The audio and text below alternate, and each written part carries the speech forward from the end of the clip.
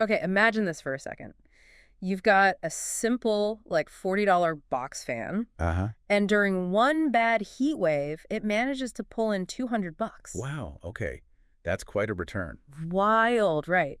But that's actually what we're diving into today, this surprising little world of Rent-A-Fan. Yeah, this micro business thing that's popping up, I've seen reports from like Arizona all the way to Australia, believe it or not. Exactly. So people are basically renting out their fans, air purifiers, sometimes even portable AC units when, the heat gets intense and demand just spikes. It's fascinating, really. It's like a direct market response to these extreme weather events, people leveraging a basic need, just staying cool. Totally. So let's break it down. You get a major heat wave, right? Right. Suddenly you can't find a fan in the stores. Everything's sold out. Online orders are delayed for days. Yeah, classic supply and demand crunch. And that's the opening. People who maybe have an extra fan or they go out and buy a few strategically. And start renting them out.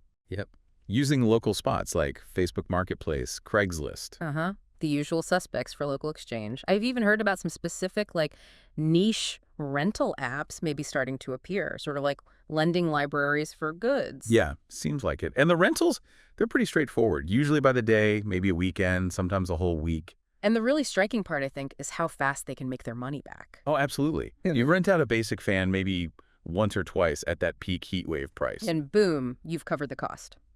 Because people will pay a premium for, immediate relief. Right. And it's getting more sophisticated than just lending out your spare Vornado. Oh, yeah. How so? Well, we're seeing folks building up small inventories, Yeah. like mini fleets of cooling gear. Ah, okay. Scaling it up a bit. Exactly. Setting up like simple booking systems, maybe just a Google form, or handling DMs, building a basic website even. And offering more services of it, like delivery. Yeah, delivery, pickup, maybe tiered pricing for different kinds of units. It really is like that Airbnb for climate control idea you mentioned earlier, taking that peer-to-peer model. And applying it to this really urgent, localized need. It's pretty smart adaptation when you think about it to these hotter summers. Definitely.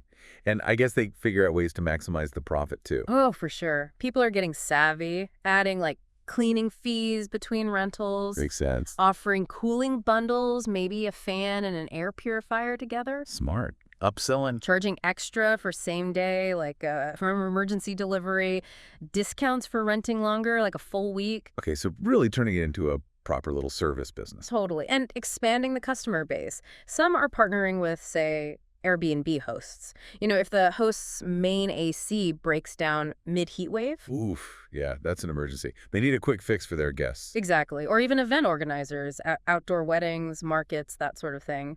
Temporary cooling. The potential money seems, well, not insignificant, especially during those peak weeks. Right. Like maybe 15 to 30 bucks a day for one fan. Doesn't sound huge on its own.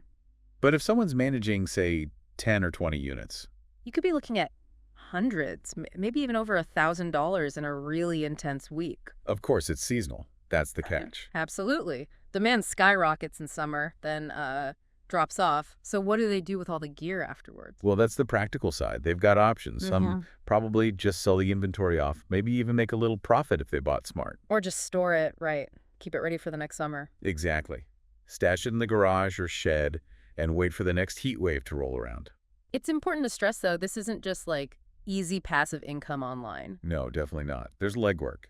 Delivering units, picking them up. Maybe hauling a portable AC up 3 flights of stairs in 90-degree heat. Right. It's real work. But like you said, it's real money solving a real problem at the right time. It's a direct service filling a gap, which leads to this idea of it being like a seasonal strike business. Yeah, I like that term. You capitalize hard on that peak demand window. And then you pause, or you reinvest the profits getting ready for the next strike.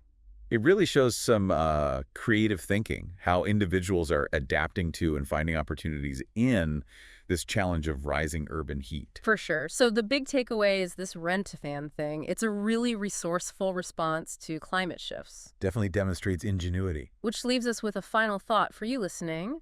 If a simple fan can turn into a little cash engine during a heat wave, what other kinds of, seasonal or super localized needs out there could spark similar micro business ideas?